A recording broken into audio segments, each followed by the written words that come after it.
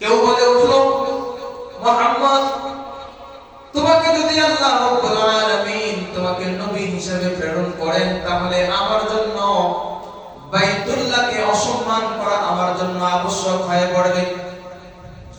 কেউ বলতে লাগলো, মুহাম্মদ, তোমাকে যদি আল্লাহ রাব্বুল আলামিন রাসূল হিসেবে প্রেরণ করে থাকেন, তাহলে বলো মক্কার মধ্যে এত গুরুত্বপূর্ণ বড় বড় ব্যক্তিরা আছে, আল্লাহ রাব্বুল আলামিনের নজরে কি তাদেরকে পড়েন নাই? তোমার মতো নাখান্দা অযোগ্যকে কেন আল্লাহ রাব্বুল আলামিন নবী হিসেবে প্রেরণ করলেন? আর কি কাউকে পান নাই?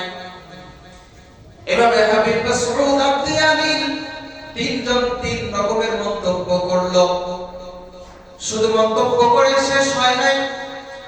হযরত যায়েদ ইবনে হারিসা রাদিয়াল্লাহু তাআলা আনহু নবী মুহাম্মদুর রাসূলুল্লাহ সাল্লাল্লাহু আলাইহি ওয়াসাল্লামকে বিভিন্ন জুলুম নির্যাতন থেকে, ওই যে বাদকদের পাথর বর্ষণ করা থেকে আল্লাহর রাসূলকে হেফাজত করতেছিলেন।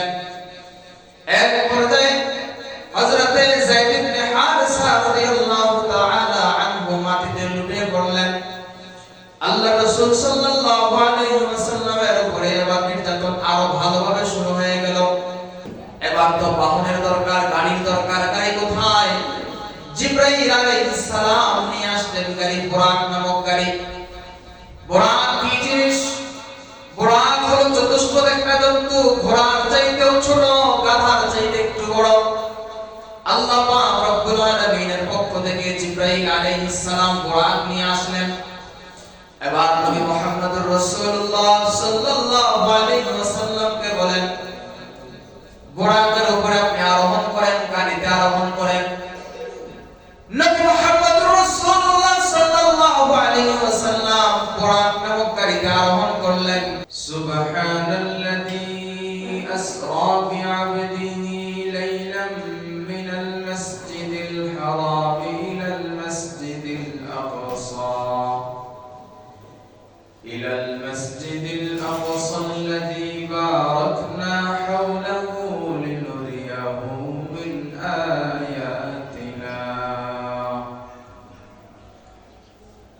وقال رسول الله صلى الله عليه وسلم لما كذبتني قريش قمت في الحجر فجر الله لي بيت المقدس إلى آخر الحديث أو كما قال رب العالمين নবী করিম সাল্লাল্লাহু আলাইহি ওয়াসাল্লামকে অনেকগুলো অলৌকিক মুআজিজা দান করেছিলেন। সেই মুআজিজা সমূহের মধ্য থেকে একটি হলো ইসরা এবং মিরাজ।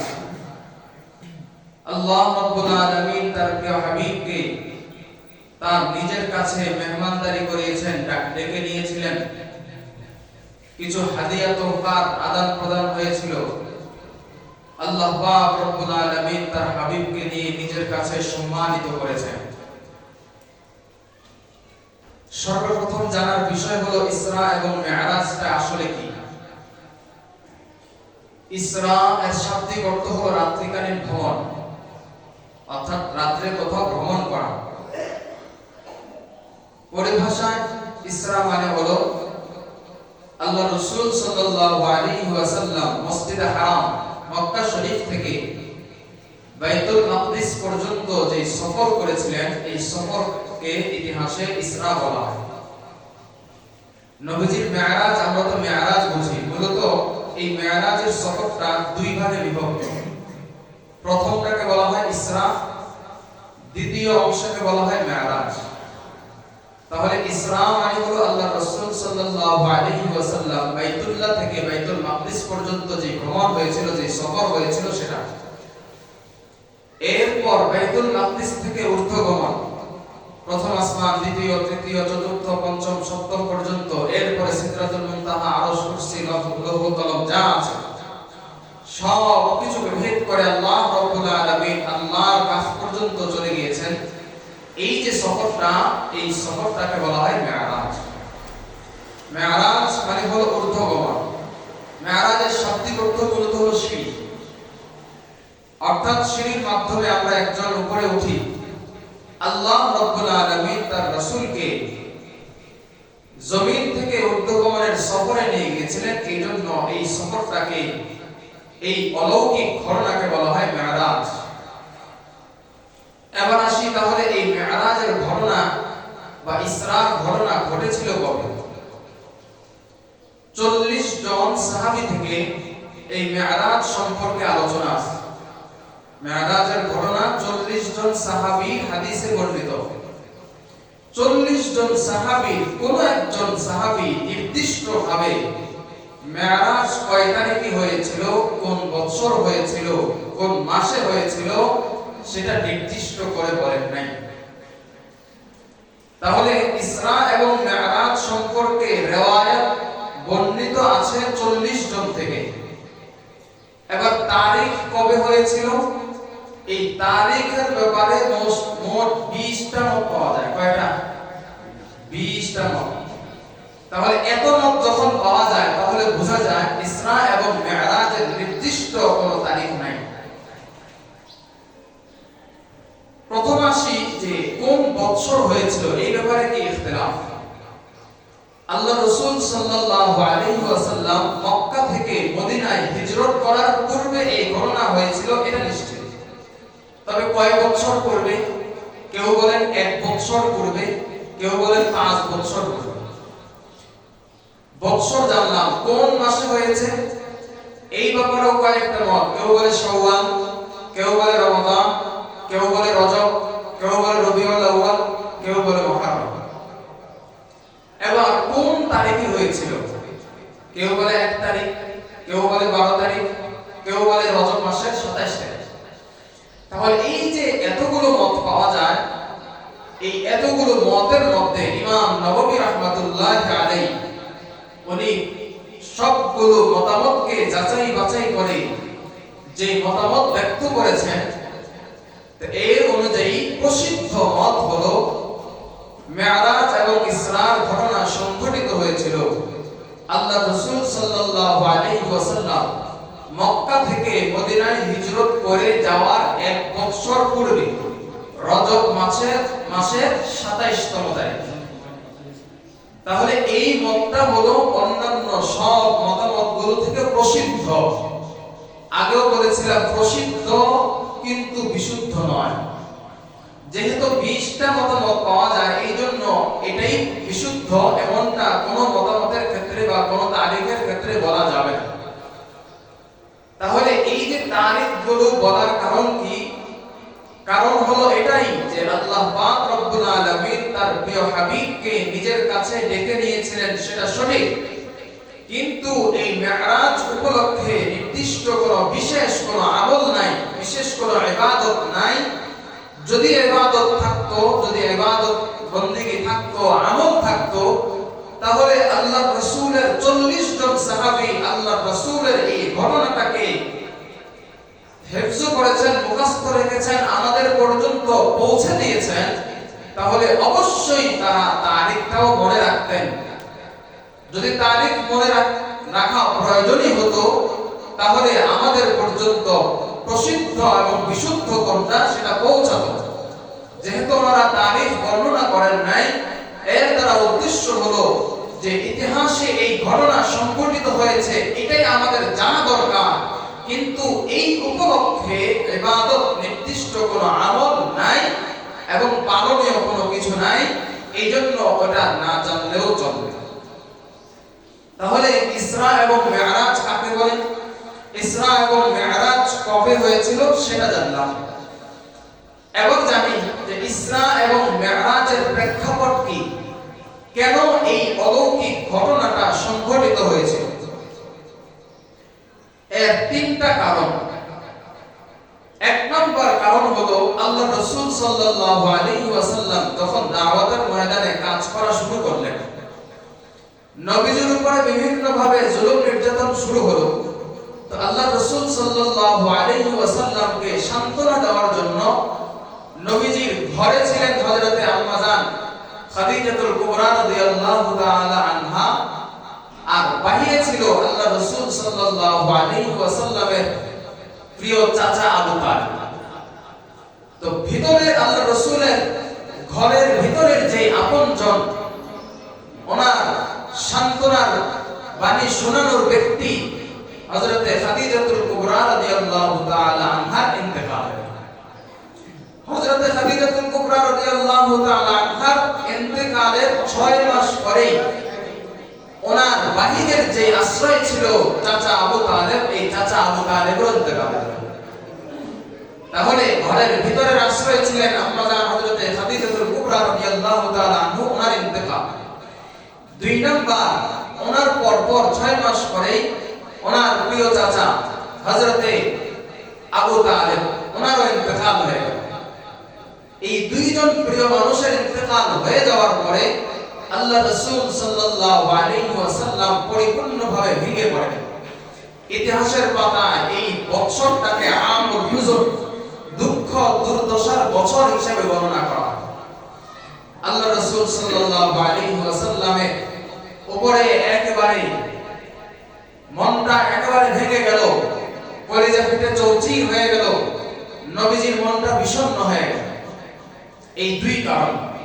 3 নাম্বার আরেক কারণ হলো, যেহেতু নবীজির মনটা বিমর্ষ হয়ে গেল, নবীজির মন ভেঙে গেছে, এই কারণে নবীজিকে খুশি করার জন্য আল্লাহ পাক রব্বুল আলামিন নিজের কাছে ডেকে নিয়ে নামাজ নবীজির কাছে নবীজিকে দান করবেন।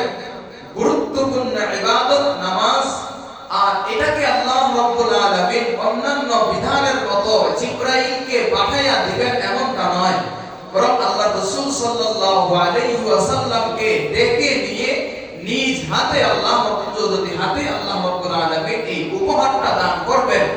পাশাপাশি কোরআনের মধ্যে আরেকটা কারণ উল্লেখ করা হয়েছে, লিনুরিয়াহু মিন আয়াতিনা। আল্লাহ রাব্বুল আলামিন আল্লাহ রাসূলকে বিশেষ কিছু নিদর্শন দেখাবেন। জান্নাত, জাহান্নাম, হাউজে কাউসার, মিজান, বিভিন্ন অলৌকিক ঘটনাগুলো আল্লাহ রাব্বুল আলামিন তার রাসূলকে দেখাবেন। এই 4টা ঘটনাকে বা 4টা কারণকে কেন্দ্র করে আল্লাহ পাক রব্বুল আলামিন তার প্রিয় হাবিব জনাবে মুহাম্মদুর রাসূলুল্লাহ সাল্লাল্লাহু আলাইহি ওয়াসাল্লামকে ডেকে নিয়েছেন। এই মেরাজ এবং ইসরার ঘটনা সংঘটিত হয়েছে। তাহলে ঘটনার শুরু কিভাবে, মেরাজের ঘটনা শুরু কিভাবে হলো? আল্লাহ রাসূল সাল্লাল্লাহু আলাইহি ওয়াসাল্লাম যখন দাওয়াত দিচ্ছিলেন, আম্মা জান খাদিজাতুল কুবরার ইন্তেকাল হয়ে গেল, নবীজির চাচা আবু তালেবের ইন্তেকাল হয়ে গেল। তাহলে আজ থেকে তো আল্লাহ রাসূলের উপরে জুলুম নির্যাতন চলতেছে।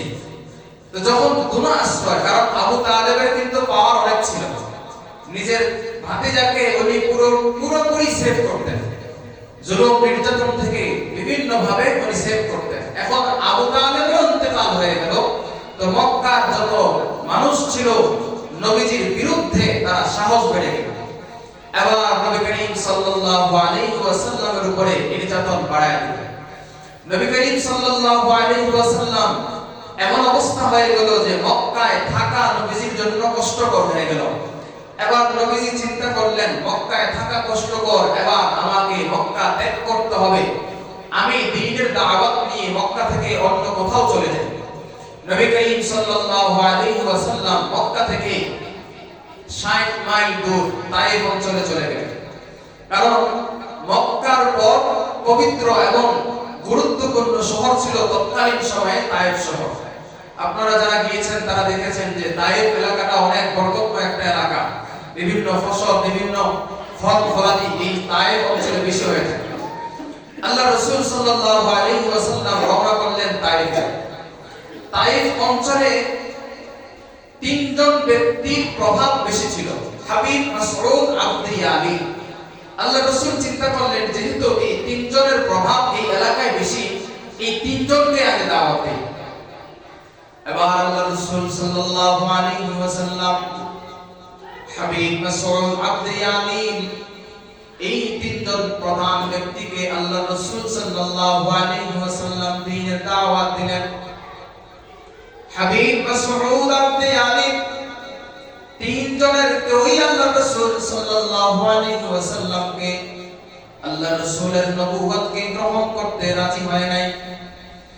কেউ বলে উঠলো, মুহাম্মদ, তোমাকে যদি আল্লাহ রাব্বুল আলামিন তোমাকে নবী হিসেবে প্রেরণ করেন, তাহলে আমার জন্য বাইতুল্লাহকে অসম্মান করা আমার জন্য আবশ্যক হয়ে পড়বে। কেউ বলতে লাগলো, মুহাম্মদ, তোমাকে যদি আল্লাহ রাব্বুল আলামিন রাসূল হিসেবে প্রেরণ করে থাকেন, তাহলে বলো মক্কার মধ্যে এত গুরুত্বপূর্ণ বড় বড় ব্যক্তিরা আছে, আল্লাহ রাব্বুল আলামিনের নজরে কি তাদেরকে পড়েন নাই? তোমার মতো নাখান্দা অযোগ্যকে কেন আল্লাহ রাব্বুল আলামিন নবী হিসেবে প্রেরণ করলেন? আর কি কাউকে পান নাই? এভাবে হাবিব মাসউদ আবদিয়ানি তিনজন তিন রকমের মন্তব্য করলো। শুধু মন্তব্য করে শেষ হয় নাই, আল্লাহ রাসূল সাল্লাল্লাহু আলাইহি ওয়াসাল্লাম আলটিমেটাম দিল, ও মুহাম্মদ, সময় নাই, তাড়াতাড়ি এই তায়েফ অঞ্চল থেকে বের হয়ে যায়। তায়েফে থাকার মতো যোগ্যতা তোমার নাই, তোমার সক্ষমতা নাই, তায়েফে তুমি থাকতে পারবা না। শুধু কি তাই নাকি? এই তিনজন প্রধান ব্যক্তি আল্লাহ রাসূল সাল্লাল্লাহু আলাইহি ওয়াসাল্লামের পিছনে দুষ্ট বালকদেরকে নেড়ায়া দিল। লম্বা ঘটনা। আল্লাহ রাসূল সাল্লাল্লাহু আলাইহি ওয়াসাল্লাম তার বালক পুত্র হযরত যায়েদ ইবনে হারিসা রাদিয়াল্লাহু তাআলা আনহুকে সাথে নিয়ে গিয়েছিলেন। হযরত যায়েদ ইবনে হারিসা রাদিয়াল্লাহু তাআলা আনহু নবী মুহাম্মদুর রাসূলুল্লাহ সাল্লাল্লাহু আলাইহি ওয়াসাল্লামকে বিভিন্ন জুলুম নির্যাতন থেকে, ওই যে বালকদের পাথর বর্ষণ করা থেকে আল্লাহ রাসূলকে হেফাজত করতেছিলেন। এক পর্যায়ে হযরত যায়েদ ইবনে হারিসা রাদিয়াল্লাহু তাআলা আনহু মাটিতে লুটিয়ে পড়লেন। আল্লাহ রাসূল সাল্লাল্লাহু আলাইহি ওয়াসাল্লামের উপরে এবার নির্যাতন আরো ভালোভাবে শুরু হয়ে গেল। নবী মুহাম্মদুর রাসূলুল্লাহ সাল্লাল্লাহু আলাইহি ওয়াসাল্লামের উপরে ধারালো পাথরগুলো পড়তেছিল। আল্লাহ রাসূল সাল্লাল্লাহু আলাইহি ওয়াসাল্লাম বারবার মাটিতে লুটিয়ে পড়েন। তায়েফের দুষ্ট বালকেরা নবী মুহাম্মদুর রাসূলুল্লাহকে আবার জোর করিয়ে উঠিয়ে দেয়। সামনের দিকে আগাইতে বলে আল্লাহ রাসূল সামনের দিকে আগান, আবার পাথর বৃষ্টি হয়। এরকম ভাবে পাথরের আঘাত পেতে পেতে আল্লাহ রাসূল সাল্লাল্লাহু আলাইহি ওয়াসাল্লাম শেষ পর্যন্ত তায়েফের শেষ এলাকায় একটা জায়গা, একটা পাথরের, একটা পাহাড়ের জায়গার পাহাড়ের সামনে গিয়ে আল্লাহ রাসূল বিশ্রাম গ্রহণ করলেন। আল্লাহ রাসূল সাল্লাল্লাহু আলাইহি ওয়াসাল্লাম যেখানে বিশ্রাম গ্রহণ করলেন, যেখানে বসে পড়লেন, পাশেই ছিল উতবা এবং শাইবা, দুই ভাই মক্কার মানুষ। তারা এই দুই ভাইয়ের একটা বাগান ছিল। আল্লাহ রাসূল ওই বাগানের সামনে গিয়ে বসে পড়লেন। বাগান থেকে উতবা এবং শাইবা দেখতেছিল কি যেন কোন এক মানুষ, কেন যেন তাকে মনে হয় পাগল মনে হচ্ছে। বাগানের সামনে এসে বসে পড়লো।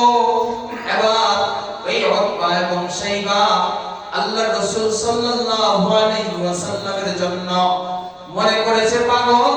এই পাগলের জন্য উতবা এবং শাইবা তাদের গোলাম, তাদের চাকরের আদ্দাস নাম, ওই আদ্দাসের কাছে কিছু ফল দিয়া বলল, যাও ওই যে বাগানের সামনে পাগলটা দেখা যায়, ওই পাগলটাকে এই ফলগুলো দিয়ে আসো। আল্লাহ রাসূল সাল্লাল্লাহু আলাইহি ওয়াসাল্লামের কাছে যখন আদ্দাস আসলো, আদ্দাস ফলগুলো দিল। নবী মুহাম্মদুর রাসূলুল্লাহ সাল্লাল্লাহু আলাইহি ওয়াসাল্লাম ওই ফলগুলো খাওয়া শুরু করলেন। বিসমিল্লাহির রাহমানির রহিম। আদ্দাস শুনলো এই তায়েফ অঞ্চলের মধ্যে এমন বাক্য জিন্দেগিতে কখনো শুনি নাই, বিসমিল্লাহ কেন পড়লো? এবার নবী মুহাম্মদুর রাসূলুল্লাহ সাল্লাল্লাহু আলাইহি ওয়াসাল্লাম আদ্দাস নবীজিকে জিজ্ঞাসা করলো, ভাই এমন শব্দ উচ্চারণ করলা, এমন বাক্য উচ্চারণ করলা, জিন্দেগিতেও কখনো এই নাম উচ্চারণ করতে শুনি নাই, কি নাম উচ্চারণ করলা? এবার নবী মুহাম্মদুর রাসূলুল্লাহ সাল্লাল্লাহু আলাইহি ওয়াসাল্লাম আদ্দাসকে দাওয়াত দিলেন। মনে হচ্ছে তুমি ইউনুস ইবনে মাত্তার এলাকার লোক, অর্থাৎ হযরত ইউনুস আলাইহিস সালামের এলাকার লোক নাকি নবী মুহাম্মদুর রাসূলুল্লাহ যখন জিজ্ঞাসা করলেন, আত্তাস বলে, হ্যাঁ আমি তো ওই এলাকার লোক। আপনি আমাকে কিভাবে চিনলেন? আপনি আবার ইউনুসকে কিভাবে চিনেন? নবী মুহাম্মদুর রাসূলুল্লাহ সাল্লাল্লাহু আলাইহি ওয়াসাল্লাম বলেন, ইউনুস আমার ভাই। কারণ আল্লাহ রাব্বুল আলামিন হযরত ইউনুসকে নবী হিসেবে প্রেরণ করেছেন, আমাকেও নবী হিসেবে প্রেরণ করেছেন, সেই হিসেবে আমরা ভাই ভাই। এবার উতবা এবং শাইবা এই গোলাম আত্তাস আল্লাহর রাসূল সাল্লাল্লাহু আলাইহি ওয়াসাল্লামের কাছে ইসলাম গ্রহণ করলো। তায়েফের মধ্যে সর্বপ্রথম ইসলাম গ্রহণ করেছে উতবা এবং শাইবার গোলাম আত্তাস। এবার তারা যখন আল্লাহর রাসূলের কাছে যখন সে ইসলাম গ্রহণ করে বাগানের মধ্যে আবার চলে গেল। বাগানের মধ্যে চলে যাওয়ার পরে এবার উতবা এবং শাইবা জিজ্ঞাসা করলো, দেখলাম তুমি অনেকক্ষণ যাবত কথা বললা, ওই পাগলটার সাথে কি এমন কথা বলেছো? বলল, মক্কা থেকে এমন একজন মানুষ এসেছে যে আমাদের ইউনুস আলাইহিস সালাম নবীর বংশধর, নবীদের ভাই। তিনি একজন নবী, আল্লাহ পাক রব্বুল আলামিন তাকে সত্য নবী হিসেবে প্রেরণ করেছেন। এবার উতবা ইবনে শাইবা বুঝে বলল, হায় হায়, মুহাম্মদ মক্কা থেকে আবার তায়েফেও চলে আসলো। মক্কার মানুষদেরকে সে হয়রানি করে এবার তায়েফের মধ্যে চলে আসলো। উতবা এবং শাইবা আত্তাসকে আবার সতর্ক করে দিল, মুহাম্মদের কাছে আর কখনো যাওয়া যাবে না, কারণ মুহাম্মদ পাগল, তার কথা শুনলে তুমিও পাগল হয়ে যাবা। আল্লাহ রাসূল সাল্লাল্লাহু আলাইহি ওয়াসাল্লামকে তায়েফের মানুষেরা তায়েফ থেকে বের করে দিল। এবার নবী মুহাম্মদুর রাসূলুল্লাহ সাল্লাল্লাহু আলাইহি ওয়াসাল্লাম আবার মক্কার দিকে রওনা করলেন। ব্যথিত হৃদয় নিয়ে মক্কার দিকে রওনা করলেন, তবে আবার কিছুটা ভয় পাচ্ছেন, আশঙ্কা করতেছেন। মক্কার মানুষেরা জুলুম নির্যাতন করে আমাকে বের করে দিয়েছে, এখন আমি যদি আবার মক্কায় প্রবেশ করি তাহলে আমার উপরে জুলুম নির্যাতনের পরিমাণটা আরো বেড়ে যাবে। এবার নবী মুহাম্মদুর রাসূলুল্লাহ সাল্লাল্লাহু আলাইহি ওয়াসাল্লাম মক্কার কিছু মানুষ থেকে আশ্রয় চাইলেন, যাতে করে মক্কার মানুষদের জুলুম নির্যাতন থেকে মুহাম্মদুর রাসূলুল্লাহকে আশ্রয় দেওয়া হয়। কেউই মুহাম্মদুর রাসূলুল্লাহ সাল্লাল্লাহু আলাইহি ওয়াসাল্লামকে আশ্রয় দিতে রাজি হলেন না। শেষ পর্যন্ত মুতঈম ইবনে আদি নামক এক ব্যক্তি আল্লাহর রাসূল সাল্লাল্লাহু আলাইহি ওয়াসাল্লামকে আশ্রয় দিলেন। আল্লাহর রাসূল সাল্লাল্লাহু আলাইহি ওয়াসাল্লাম ওই মুতঈম ইবনে আদির আশ্রয় পেয়ে আবার মক্কার মধ্যে প্রবেশ করলেন। কিন্তু ওই যে অন্তরের মধ্যে ব্যথা, আল্লাহর রাসূল সাল্লাল্লাহু আলাইহি ওয়াসাল্লাম দ্বীনের দাওয়াত নিয়ে যেখানেই যান সেখানেই জুলুমের শিকার হন, সেখানে নবীজির উপরে নির্যাতনের স্টিমুলার চলে। এই কারণে নবী মুহাম্মদুর রাসূলুল্লাহ সাল্লাল্লাহু আলাইহি ওয়াসাল্লামের মনে ব্যথা। একদিকে আম্মা জানেন হযরতে খাদিজাতুল কুবরার বিরহ বেদনা, আরেকদিকে নিজের চাচা আবু তালেবের বিরহ বেদনা। শেষ পর্যন্ত দ্বীনের দাওয়াত নিয়ে তায়েফে গেল, তায়েফেও জুলুম নির্যাতনের শিকার হলো। সামগ্রিক সমস্ত কষ্ট, জুলুম নির্যাতন সহ্য করতে না পেরে আল্লাহর রাসূল সাল্লাল্লাহু আলাইহি ওয়াসাল্লাম একেবারে ভেঙে পড়লেন। এবার আল্লাহ পাক রব্বুল আলামিন জনাবে মুহাম্মদুর রাসূলুল্লাহ সাল্লাল্লাহু আলাইহি ওয়াসাল্লামকে সান্ত্বনা দেওয়ার জন্য আল্লাহ পাক রব্বুল আলামিন হযরতে জিবরাইল আলাইহিস সালামকে নবীজির কাছে পাঠিয়ে দিলেন, মেরাজে নিয়ে যাবেন। আল্লাহ পাক রব্বুল আলামিন হযরতে জিবরাইলকে পাঠালেন। নবী মুহাম্মদুর রাসূলুল্লাহ সাল্লাল্লাহু আলাইহি ওয়াসাল্লাম ছিলেন ওই দিন ওই রাত্রিতে।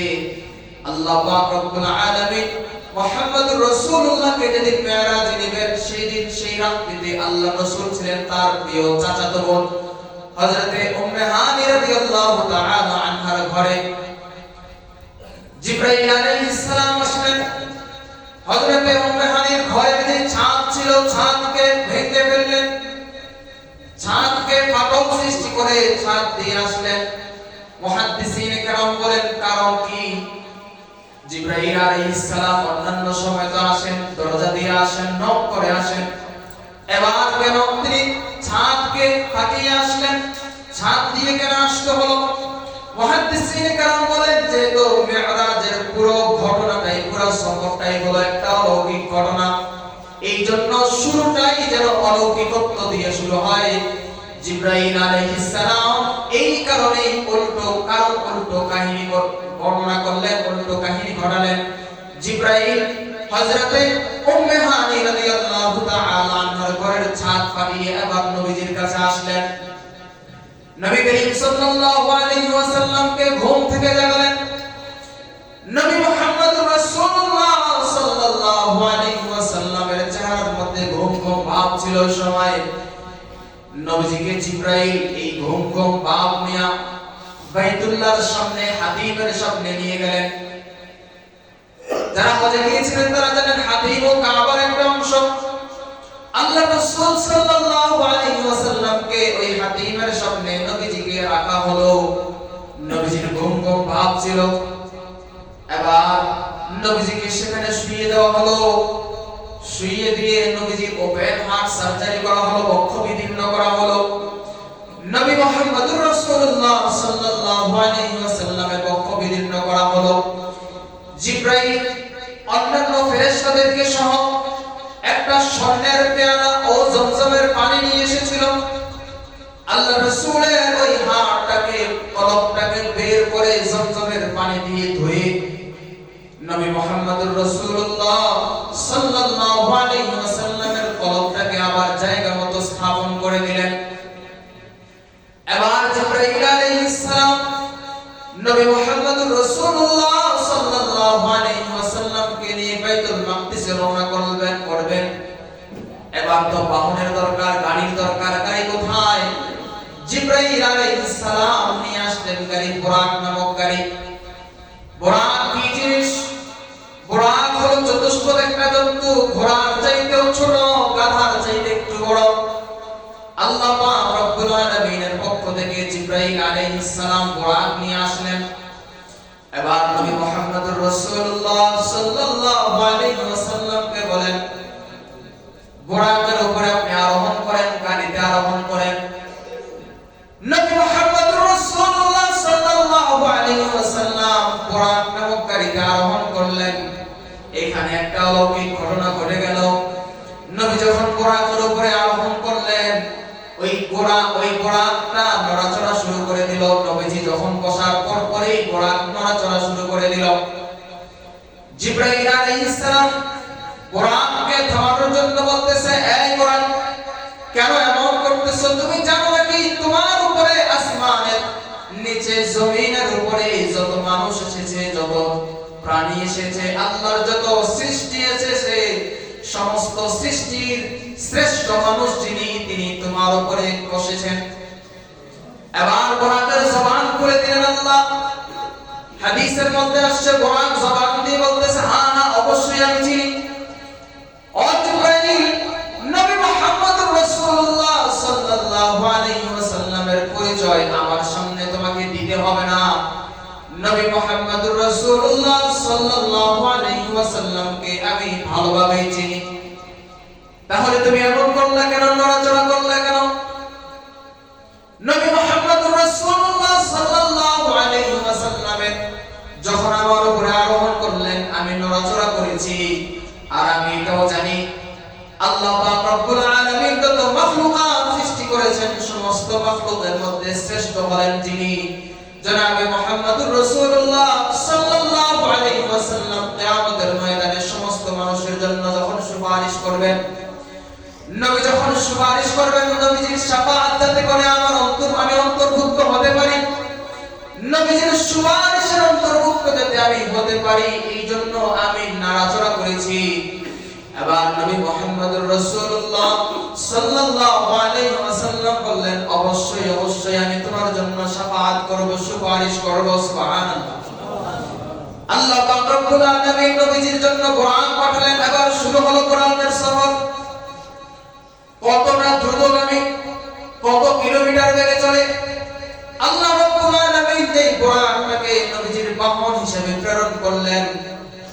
নবীজি বলেন আল্লাহ রাসূল সাল্লাল্লাহু আলাইহি ওয়াসাল্লাম বুরাকে আরোহণ করার পর বুরাকের দৃষ্টি যতটুকু পর্যন্ত, ততটুকু এক দৃষ্টি যতটুকু করে তত মাইল বেগে ওই বুরাকটা চলা শুরু করলো। এবার যখন চলতে লাগলো, সেই চলার পথে রাস্তায় আরেকটা অলৌকিক ঘটনা ঘটে গেল। আল্লাহ রাসূল সাল্লাল্লাহু আলাইহি ওয়াসাল্লাম যখন বুরাকে করে বাইতুল মাকদিসে রওনা করতেছিলেন, রাস্তায় দেখলেন এক বৃদ্ধ বুড়ি। ওই বুড়ির সাথে সাক্ষাৎ হয়ে গেল। বুড়ি আল্লাহ রাসূল সাল্লাল্লাহু আলাইহি ওয়াসাল্লামকে ডাকলেন, কিন্তু জিবরাইল বললেন, হে নবী সামনের দিকে আগান, থামার কোনো প্রয়োজন নাই। সামনের দিকে আগালেন। এবার আল্লাহ রাসূল সাল্লাল্লাহু আলাইহি ওয়াসাল্লামকে একজন যুবক ছদ্মবেশে, বুজুর্গের বেশে আল্লাহ রাসূল সাল্লাল্লাহু আলাইহি ওয়াসাল্লামকে ডাকতে লাগলেন। এবারও জিবরাইলের বাধা, ইয়া রাসূলুল্লাহ সামনের দিকে আগান, এখানে থামার কোনো প্রয়োজন নাই। আল্লাহ রাসূল সাল্লাল্লাহু আলাইহি ওয়াসাল্লাম সামনের দিকে আগাতে লাগলেন। পরবর্তীতে কারণ জিজ্ঞাসা করলেন, জিবরাইল তুমি কেন আমাকে, ওই যে দুইজন ব্যক্তি আমাকে ডেকেছিল, কেন বাধা দিয়েছিলা? জিবরাইল আলাইহিস সালাম এবার ঘটনা খুলে বললেন, ও রাসূল, ওই যে বৃদ্ধ মহিলা আপনাকে ডেকেছিল, ওই বৃদ্ধ মহিলাটা হলো দুনিয়া। এটার দ্বারা আল্লাহ পাক রব্বুল আলামিন বুঝাতে চেয়েছেন যে আপনি যে দুনিয়াতে আগমন করেছেন, এই দুনিয়ার বয়স শেষ পর্যায়ে, দুনিয়া বুড়ো হয়ে গেছে, দুনিয়া আর বেশি দিন বাকি নাই, কিয়ামত সংঘটিত হয়ে যাবে কয়েকদিন পরে। নবী মুহাম্মদুর রাসূলুল্লাহ জিজ্ঞাসা করলেন, ওই যে যুবক ব্যক্তি যা আমাকে ডেকেছিল সে কে? এবার জিবরাইল আলাইহিস সালাম বলেন, ওই যে যুবকরা আপনাকে ডেকেছিল, ওই যুবকরা হলো ইবলিস, শয়তান। যুবক আপনাকে ডেকেছিল আপনাকে পথভ্রষ্ট করার জন্য। এই জন্য যুবক শয়তানের খপ্পরে যদি আপনি পড়ে না যান, এই জন্য বলেছে আপনি সামনের দিকে আগান।